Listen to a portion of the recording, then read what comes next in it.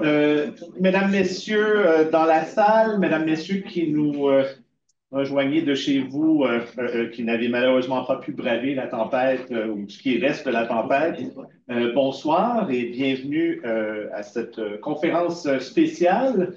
Spéciale parce qu'elle s'inscrit à la fois dans les activités du Centre de recherche en droit public ainsi que dans celle de la chaire Jean-Louis Baudouin en droit civil. Et donc, au nom de ma collègue et de moi-même, il m'a fait plaisir de vous accueillir à cette conférence intitulée L'État, le droit et les savoirs pour une problématisation de l'histoire des rapports entre droit et sciences sociales au Québec. Comme je vous ai indiqué, c'est une conférence qui s'inscrit dans les activités du Centre de recherche en droit public. Cette année, le cycle du Centre est un cycle qui est inspiré des travaux qui ont été effectués au CRDP dans les 10 premières années de son existence. Donc, j'ai dans mon bureau, le bureau du directeur du CRDP, une collection qu'on appelle la collection rouge. Et dans cette collection, je suis tombé plus tôt cette année sur une étude intitulée Étude de sociologie juridique, le comportement de la Cour suprême du Canada dans Monsieur, l'interprétation du est-ce qu'il a droit travaillé québécois, ici? Y a rédigée quelqu'un qui par travaille ici? un Il y a quelque certain chose en Jean-Louis haut Baudouin. que je Donc, suis pas je capable présume d'aller que chercher. certaines personnes dans la salle le connaissez. Si vous ne le Fait connaissez que, pas, vous pouvez aller vous avant de renseigner prendre la avant. chose puis de le déplacer par Baudouin va se ici, déplacer. Ça nous fait plaisir j'essayais de de vous trouver accueillir. quelqu'un qui, Et donc, c'est bien, la on s'est guillemette qui est dit, là. Êtes-vous voyons capable? finalement cette étude, Ouais, hein? quelles en sont les conséquences aujourd'hui? Est-ce que les conclusions que le jeune chercheur Jean-Louis Baudouin de l'époque Que je fasse soulever. auxquelles il était arrivé sont des conclusions qui sont toujours pertinentes? Et comme vous le verrez, oui, absolument, je vous vends un peu la mèche, là. On va le voir, il y a plusieurs éléments dans cette étude qui sont Bon, bon, absolument actuels. Et qui de mieux, justement, pour parler de ces questions que notre collègue Jean-Christophe Bédard-Hubin. Jean-Christophe est professeur à la faculté de droit de l'Université de Toronto et a poursuivi des études de droit, de philosophie, de sciences politiques à l'Université Laval, à l'Université Yale, à l'Université de Toronto. Il n'a pas passé par chez nous, mais on l'apprécie énormément quand même. Donc, Jean-Christophe s'est beaucoup intéressé à ces questions. Et donc, il me fait extrêmement plaisir de l'accueillir parmi nous et de lui céder le podium pour sa présentation. Merci, Jean-Christophe.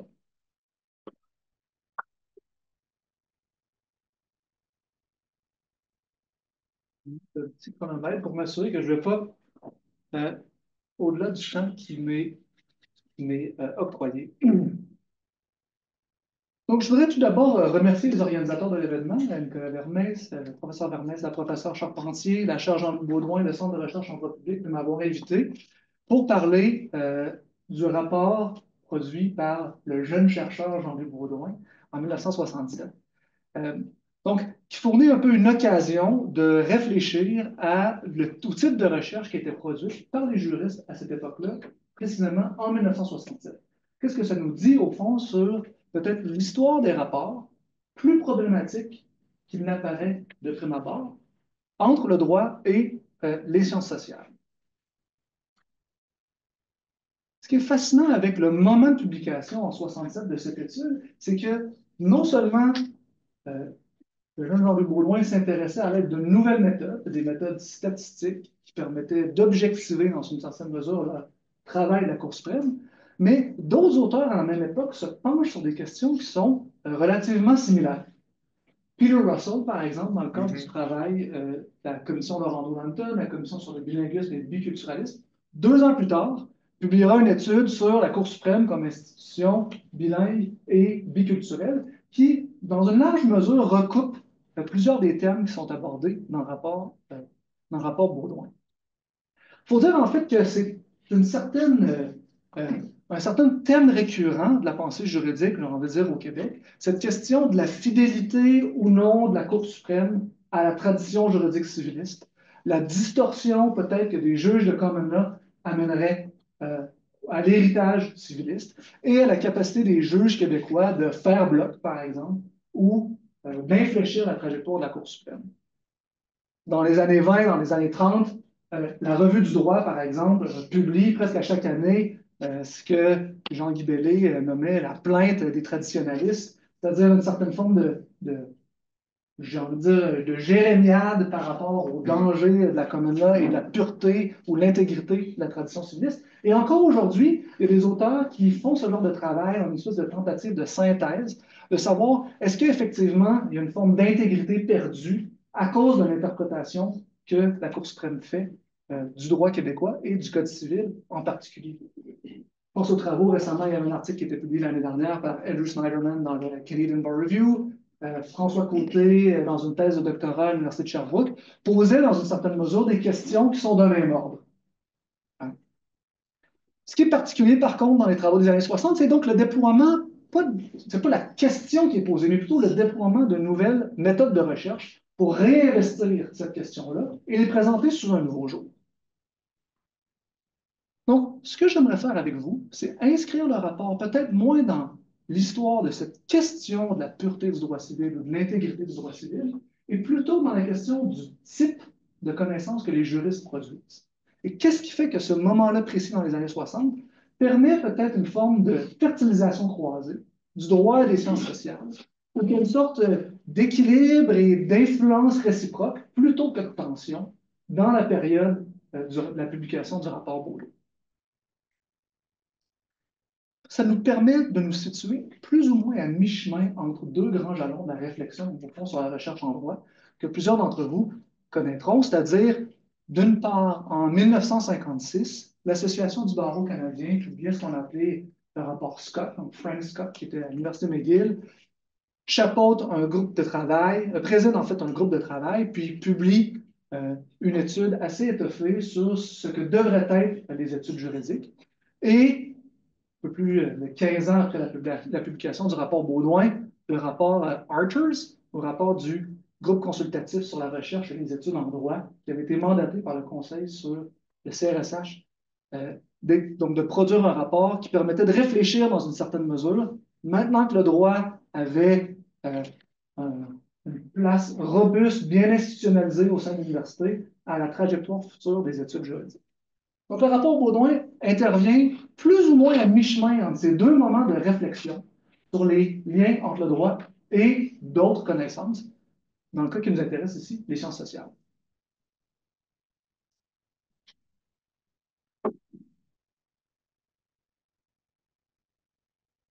Et 1967, c'est aussi un moment de redéfinition du travail du juriste et peut-être de la position que le juriste est capable d'occuper dans la société québécoise.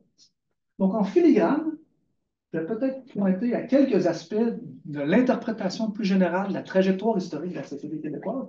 Et je me permettrai de conclure à la fin de ma présentation en prenant un pas de recul et en réfléchissant comment ces rapports en droit et sciences sociales permettent de peut-être mieux comprendre ou d'approfondir certaines dynamiques qu'on voit à l'œuvre dans les transformations sociales qu'on a appelées la Révolution tranquille. Au fond, la question qui se pose, c'est comment dans la Révolution tranquille se fait-il que un des trois termes de la grande référence à la nation canadienne-française est demeuré apparemment inchangé? Donc, si je vous dis nos institutions, notre langue, nos lois, c'était le slogan que Étienne Parent avait donné au journal Le Canadien dans le premier tiers du 19e siècle, eh bien, ces trois termes sont demeurés relativement intacts pendant 100 ans, comme définissant dans une certaine mesure l'identité canadienne-française. Mais le récit proposé généralement par les historiens relatif aux transformations de la Révolution tranquille, c'est celui où la référence à nos institutions, l'Église catholique en l'occurrence, est remplacée par une référence de façon prédominante à la langue. Donc, de Canadiens français catholiques, les Québécois sont devenus des Québécois francophones. Mais dans cette interprétation-là, les juristes et le droit n'ont pas vraiment de rôle à jouer. Ils semblent demeurer un peu en arrière-plan, comme une force constante, qui sont toujours capables d'exercer une forme de statut prééminent dans l'ordre social et d'infléchir la trajectoire de la société, ou à tout le moins de contribuer de façon significative à la définition de son identité. Donc, si je me permets de prendre un pas de recul, premier pas de recul historique, pour réfléchir au moment qui survient avant la production du rapport Baudouin dans les années 60. Dans les années 50, au moment de l'après-guerre, il y a un réalignement significatif qui se fait non seulement au Québec, mais ailleurs dans le monde également, des rapports entre le droit et les sciences sociales. C'est un phénomène qui est multidimensionnel et c'est un phénomène qui est transnational, qui n'est donc pas propre au Québec. Même s'il y a des dynamiques qui sont propres à la société québécoise, que je vais tenter de souligner à différents moments de ma présentation. Il faut comprendre que pendant la guerre et dans l'immédiat après-guerre, chez les élites juridiques québécoises, il y a une certaine forme de scepticisme, voire parfois d'hostilité par rapport à l'interventionnisme fédéral, donc le gouvernement fédéral qui use notamment de ses pouvoirs d'urgence pour réguler de plus en plus de sphères de la société. La fondation de la Revue du barreau, par exemple, en 1941, fournit un nouveau forum pour contrebalancer ce qui est perçu à l'époque comme la tendance trop centralisatrice et trop réformatrice de la Revue du barreau canadien. Les pouvoirs exceptionnels qui ont été déployés pendant la guerre pour réguler, par exemple, le prix des loyers sont décriés par les avocats et qui y voient une forme de dirigisme étatique qui est plus nécessairement nécessaire une fois que les hostilités ont pris fin en Europe. Malgré le fait donc, que certaines de ces mesures-là demeurent en place après 1944-45. Autrement dit, dans ce nouveau type de dirigisme étatique, beaucoup de juristes y voient une forme de tendance socialisante, sinon sociologisante de l'État fédéral, et ces deux termes sont souvent associés. C'est-à-dire que les nouveaux organismes administratifs qui sont mis en place utilisent de plus en plus en leur sein des nouveaux professionnels qui détiennent un nouveau type de savoir et relèguent de plus en plus les juristes en un rôle de second plan. Parfois, par exemple, les justiciables ne peuvent pas être représentés par avocats dans ces organismes. Et donc, le barreau du Québec se plaint à de nombreuses reprises de cette nouvelle situation-là, comment l'État, en déployant de nouveaux efforts de régulation sociale, semble reléguer les juristes, au fond, à un rôle de second plan. Il faut lire, par exemple, les discours du bâtonnier du Québec, publiés à chaque année dans la revue du barreau, pour se rendre compte à quel point c'est une plainte constante. Il y a vraiment une crainte que les juristes seront remplacés dans le nouvel ordre qui se met en place par des gens qui maîtrisent un autre type de savoir, c'est-à-dire essentiellement des sociologues et des économistes. On critique donc les sociologues du dimanche ou des tentatives de réforme du droit, qui sont seulement des réformes du droit qui en ont seulement le nom, mais qui sont au fond plutôt des tentatives révolutionnaires. Il faut dire que ces tensions-là ne datent pas d'hier. Déjà dans les années 30, la sociologie avait de la difficulté à s'affirmer au sein des universités au Québec. En 1938, le doyen de cette faculté-ci, à l'Université de Montréal, expliquait candidement à la radio qu'il n'y avait pas de nécessité de fonder un département de sociologie à l'Université de Montréal, que ça serait superflu parce qu'au fond, selon lui, la vraie sociologie, c'est le droit. Et donc, le discours sur la société est monopolisé par le discours juridique. Il n'y a pas de place qui est faite à ces nouveaux champs d'études-là. Il ne s'agit pas d'une opinion farfelue. C'est en fait le reflet d'une certaine réalité à l'époque, une réalité des deux côtés de l'Atlantique. En France, par exemple, les études d'économie et de sciences politiques sont demeurées jusque dans les années 50 des filières spécifiques d'une trajectoire qui commençait d'abord par des études juridiques. Donc, c'est seulement dans les années 50 qu'on développe des licences spécifiques de sciences politiques et d'économie. C'est donc dire que le droit offre une sorte de tronc commun aux autres sciences sociales, aux autres disciplines du social, en France à tout le moins jusque dans les années 50. Et c'est en partie pour cette raison-là que le père Georges-Henri Lévesque, fondateur de la faculté de sciences sociales de l'Université Laval, lorsqu'il revient de ses études à la fin des années 20, décide de créer un centre de recherche au sein de la faculté de philosophie à l'Université Laval. Pourquoi la faculté de philosophie? Parce que ça permet d'affirmer l'autonomie de cette nouvelle discipline-là qui espérait voir fleurir au sein de l'université. Donc, en affirmant en créant un centre de recherche au sein de la faculté de philosophie, ça permet de prendre la distance par rapport à cette affirmation-là d'une sorte de suprématie du discours juridique par rapport au discours social. Et ça deviendra ensuite, donc, la fameuse faculté des sciences sociales pendant la guerre. Il faut dire d'ailleurs que le père Lévesque avait étudié, c'est assez révélateur du phénomène, avec un certain père Thomas Delos, qui lui-même était venu enseigné par la suite ici au Québec. Et le père de l'Os était et un juriste et un sociologue. Donc, très représentatif dans une certaine mesure de cette tradition mixte en France, ou à tout le moins où le droit permet, le droit mène à tout, comme on dit, surtout son ensemble, donc qui représente un peu cette tentative-là du droit d'offrir un tronc commun pour les autres sciences sociales.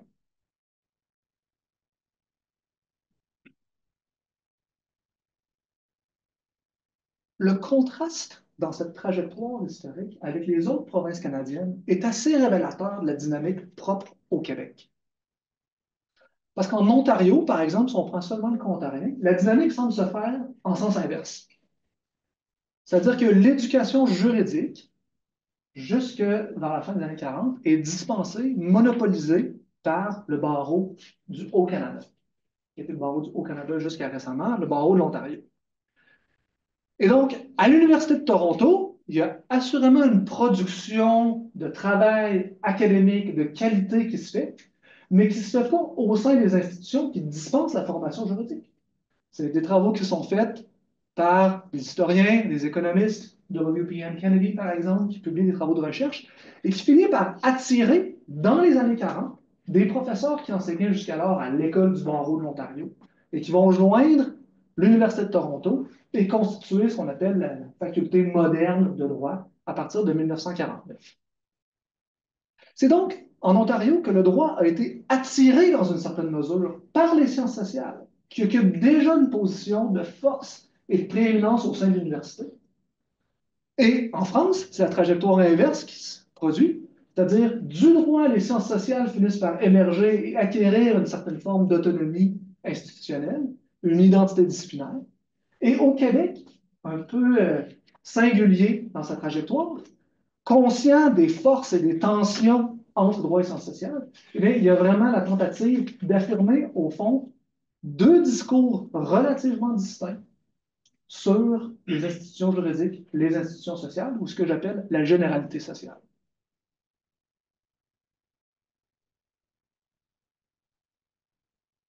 C'est donc dans ce contexte des années 50 qu'est produit le rapport que je mentionnais au début, le rapport Scott.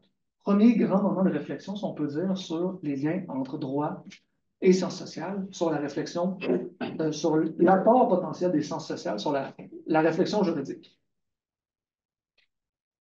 Le rapport encourage, dans une large mesure, les juristes à produire d'une part leur propre doctrine.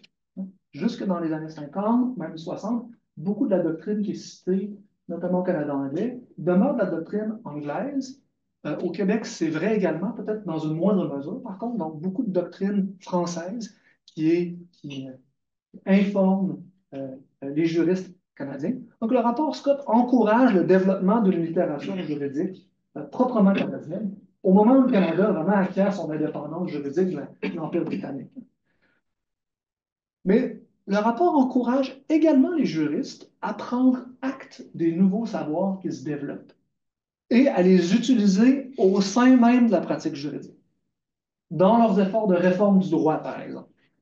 Que ce soit la psychologie, dans le contexte de la détermination de la peine en droit criminel, ou la macroéconomie pour le développement du droit fiscal qui devient un instrument de planification étatique de plus en plus important dans l'après-guerre.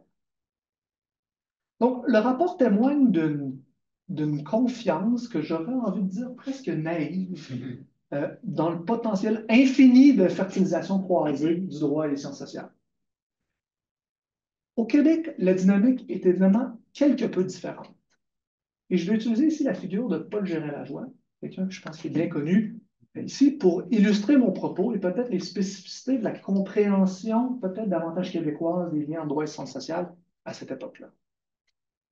Paul Gérin-Lajoie est très représentatif des nouvelles élites juridiques qui ont étudié en Europe dans l'immédiat après-guerre et qui absorbent les grandes tendances de la pensée européenne de l'époque, que ce soit le personnalisme français, le fonctionnalisme juridique britannique, personnes comme Harold Laski ou Ivor Jennings, ou le mouvement fédéraliste européen qui est basé, on pourrait dire, à Lausanne en Suisse, où Gérin-Lajoie passe d'ailleurs quelques temps lors de ses études européennes.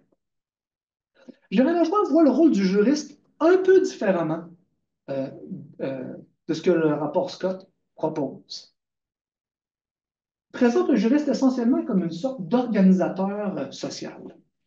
Quelqu'un qui doit générer ou élever la conscience juridique des citoyens pour leur permettre de prendre conscience de leurs intérêts collectifs ou de leurs intérêts communs dans des secteurs de la société qui deviennent de plus en plus socialement différenciés.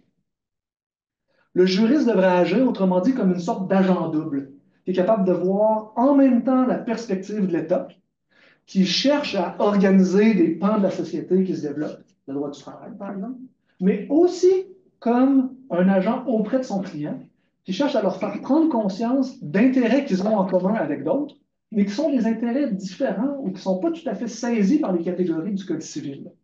Donc, plutôt que d'avoir seulement un État généraliste, on pourrait dire, qui donne une loi générale à tous à travers un code civil, mais Gérin Lajoie et d'autres juristes de l'époque cherchent à penser comment, en agissant sur leurs clients, ils permettent de faire émerger des nouvelles formes de coopération entre des éléments d'une société socialement différenciée et un État qui cherche à favoriser une forme de démocratie participative. Donc, Gérin Lajoie, par exemple, représente des commissions scolaires, représente les universités et représente la Chambre de commerce de Montréal. Et c'est dans son travail de représentation de la Chambre de commerce de Montréal qu'il réussit à convaincre le gouvernement Duplessis à l'époque de mettre sur pied, on va appeler la commission Tremblay, la commission sur les problèmes constitutionnels. Et donc, la commission Tremblay témoigne dans une large mesure de cette vision-là du rôle du juriste. C'est-à-dire un juriste qui va être capable de penser aux possibilités de réforme que l'État pourrait adopter sans être nécessairement un juriste qui pense de l'intérieur de l'État. Un juriste qui va inviter les gens à réfléchir à leurs problèmes et qui, en favorisant cette sorte de réflexion collective-là, va amener les gens à prendre conscience des solutions possibles aux nouveaux problèmes qui se posent à eux.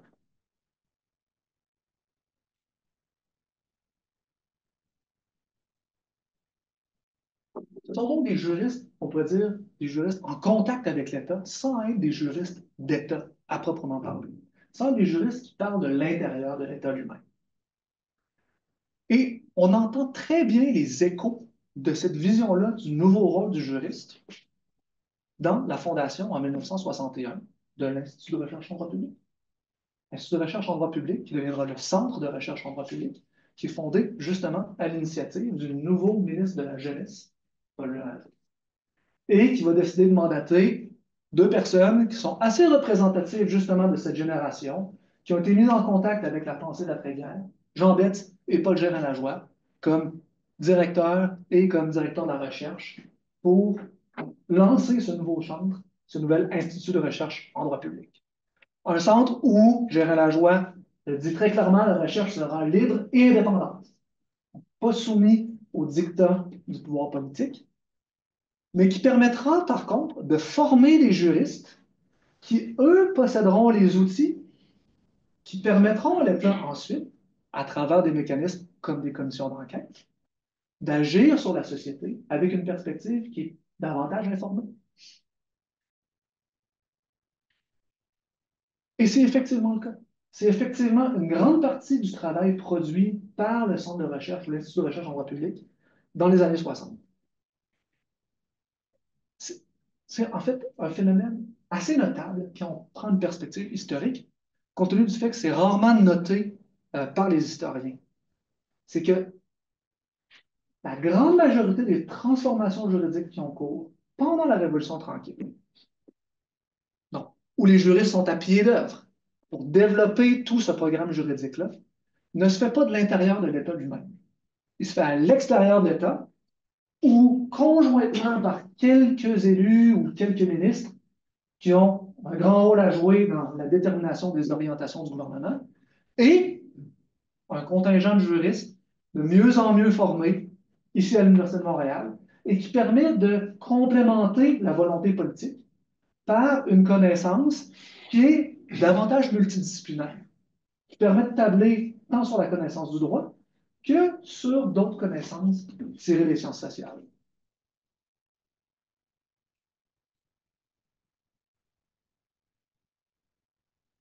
Donc, je prends par exemple les 10 lois qui ont formé la grande charte de l'éducation, qui a euh, euh, qui est au fond l'épine dorsale du système de la sécularisation du système d'éducation, que Paul Gérin-Lavoie a chapeauté.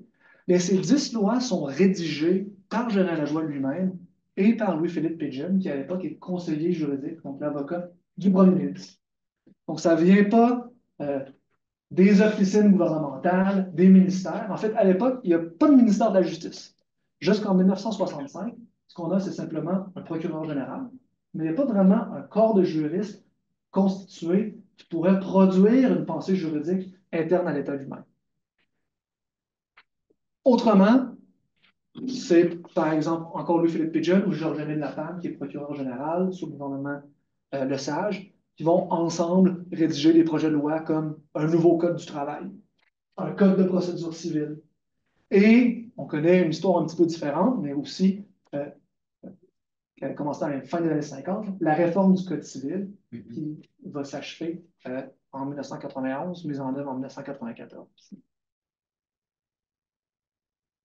Donc, tout ce contexte nous dit que malgré la production quand même phénoménale de travail qui est faite à cette époque-là, ce travail se fait au sein d'une commission royale d'enquête, est mandatée par l'Assemblée nationale, mandate la production de certains écrits, certains rapports spécifiques. Et on voit dans ce contexte-là le dynamisme qui avait été entrevu, dans une certaine mesure, par Paul Gérin-Lavoie. Par exemple, le Comité sur la Constitution de l'Assemblée nationale mandate fréquemment le Centre de recherche en droit public pour produire des rapports qui vont leur permettre d'avoir une discussion davantage éclairée par rapport aux réformes possibles du fédéralisme canadien. Au moment où ça fait évidemment partie, c'est à l'avant-plan ou en haut de l'agenda politique.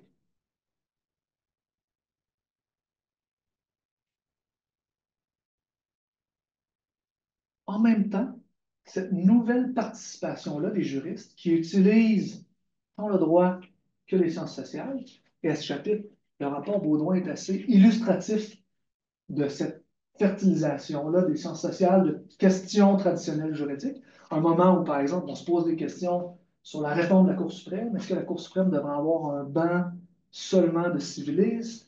Est-ce qu'on devrait avoir plus de juges? Est-ce qu'on devrait avoir une cour d'appel, que la cour d'appel ait le dernier mot dans les questions de droit civil? Donc, ce sont toutes des questions qui sont à l'ordre du jour de la réflexion constitutionnelle à l'époque.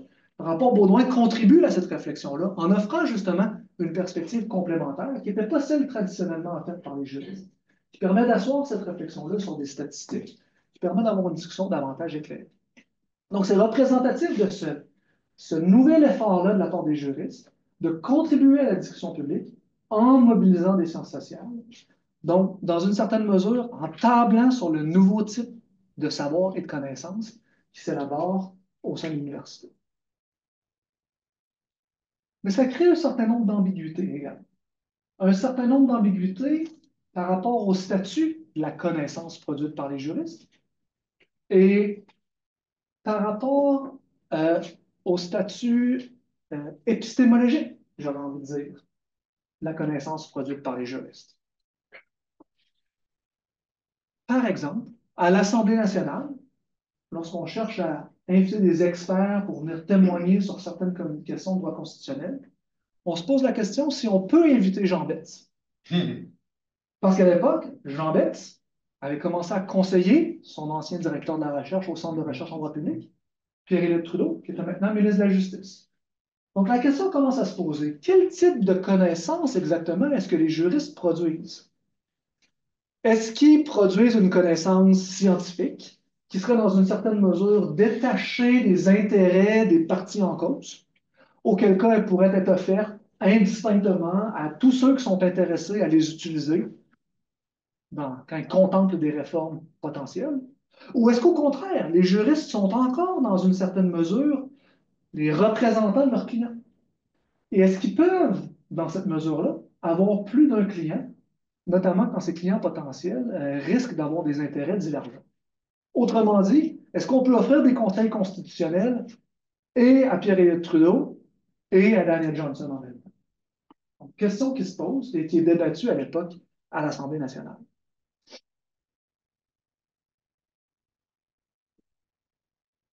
Donc, première source de tension. Deuxième source de tension, il faut comprendre que les nouveaux modes d'action de l'État requièrent le développement d'une expertise interne. Et donc, entre la fin des années 60 et le début des années 80, le nombre de juristes à l'intérieur des différents ministères quadruple. Donc, il y a une explosion littéralement du contingent de juristes qui sont des juristes fonctionnaires. Ce qui pose un ensemble de questions, puis il y a plein de rapports qui sont rédigés à l'époque, fort intéressants, mais donc je ne passerai pas longtemps à discuter des différents rapports, mais visiblement, ça génère beaucoup de questions par rapport à comment est-ce possible d'être un juriste, au fond, être un avocat qui est intégré dans une forme de hiérarchie bureaucratique.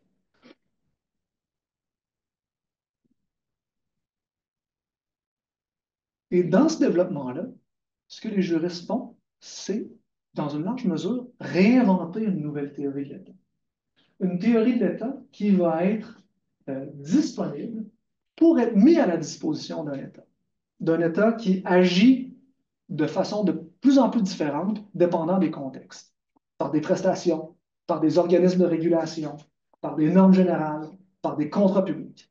Et donc, le savoir que les juristes doivent développer et acquérir pour être en mesure de conseiller l'État doit de plus en plus être distinct ou se différencier du contenu substantiel de l'action de l'État ou du contenu substantiel du droit sur lequel l'État se base pour agir.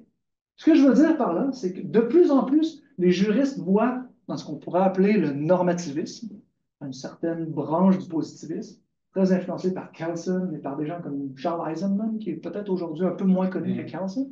Donc, les juristes québécois voient dans cette théorie-là une façon de comprendre le droit qui, plutôt que de se baser sur les sciences sociales, au contraire, cherche à s'en extirper pour avoir une compréhension de l'ordre juridique qui soit capable de saisir sa nature dynamique. Autrement dit, qui ne dépend pas d'un ordre social spécifique pour pouvoir y déceler l'ordre juridique qui s'applique à cet ordre social-là, mais développer un type de connaissance qui soit abstrait de l'ordre social que le droit cherche à réguler. Ce qui est la proposition kelsenienne par excellence. Autrement dit, étudier le droit de plus en plus comme une forme de système avec ses propriétés logiques, de système abstrait qui est indépendant du contenu des normes, mais qui permet justement aux juristes de demeurer dans une forme de certain contrôle cognitif au fur et à mesure que ces normes substantielles-là évoluent à travers le temps.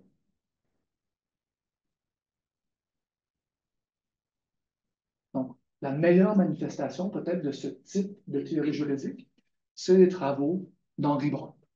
Henri Brun ou Guy Tremblay, qui, dans leur droit public fondamental, mettent l'accent, à travers le livre, sur ce caractère très formel, systématique du droit public, plutôt que sur l'ordre social implicite, j'ai envie de dire un ordre peut-être libéral, implicite, que le droit aurait pour mission de garantir.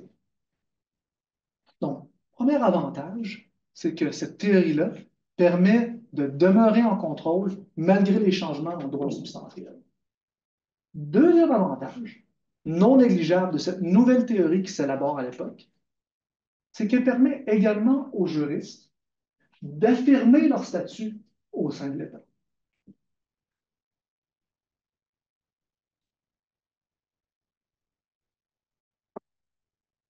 C'est-à-dire qu'il n'y a pas seulement le contingent de juristes qui décuple pendant la décennie 70, il y a le contingent de fonctionnaires publics en général qui quadruple pendant cette décennie. Et au sein même de l'appareil étatique, la question de la confrontation, du chevauchement euh, au sein des institutions étatiques pour le monopole de la théorie de l'État a cours entre juristes et sociologues, économistes, j'ai envie de dire représentants de façon plus générale des sciences sociales. Lorsqu'André Lajoie, en 1975, publie un rapport sur la place du juriste dans la société québécoise, elle peut d'ailleurs pas s'empêcher de noter dans les entrevues qui sont faites avec des juristes dans différents secteurs, notamment au sein de l'administration publique, qu'il y a une compétition féroce qui se fait à l'époque entre juristes et sociologues pour, on pourrait dire, la mainmise ou pour occuper des postes hiérarchiques importants qui permettent d'orienter l'action de l'État. C'est aussi un constat qui est fait par les sociologues à l'époque. Donc, les travaux de Yann Sénéchal ont montré, par exemple, dans ses entrevues avec Guy Rocher, que Guy Rocher sent cette tension-là entre sociologues et juristes lorsque Rocher est appelé à exercer des fonctions au sein du gouvernement Lévesque à la fin des années 70. Autrement dit, on est à la fin de cette longue trajectoire-là du développement des institutions étatiques, mais visiblement, l'institution de l'État a développé un caractère bicéphale. Et c'est cette tension-là, je pense, qui explique en partie l'attrait qui a été senti chez les juristes pour la théorie positiviste, normativiste offerte par des gens comme Henri Brun et Guy Tremblay. Non seulement parce qu'elle permettait de rendre compte de l'évolution du droit, mais aussi parce qu'elle permettait aux juristes, lorsque ceux-ci devenaient des parties prenantes de l'État, lorsqu'ils devenaient des juristes d'État, d'affirmer dans une certaine mesure une théorie de l'État qui est indépendante de ce que les sociologues ont à en dire. Autrement dit, qui permettait de délimiter leurs compétences propres et qui permettait de délimiter leur savoir propre auquel les sociologues et les économistes n'ont pas accès. Donc, un temps fort différent de ces relations-là entre droit et sciences sociales.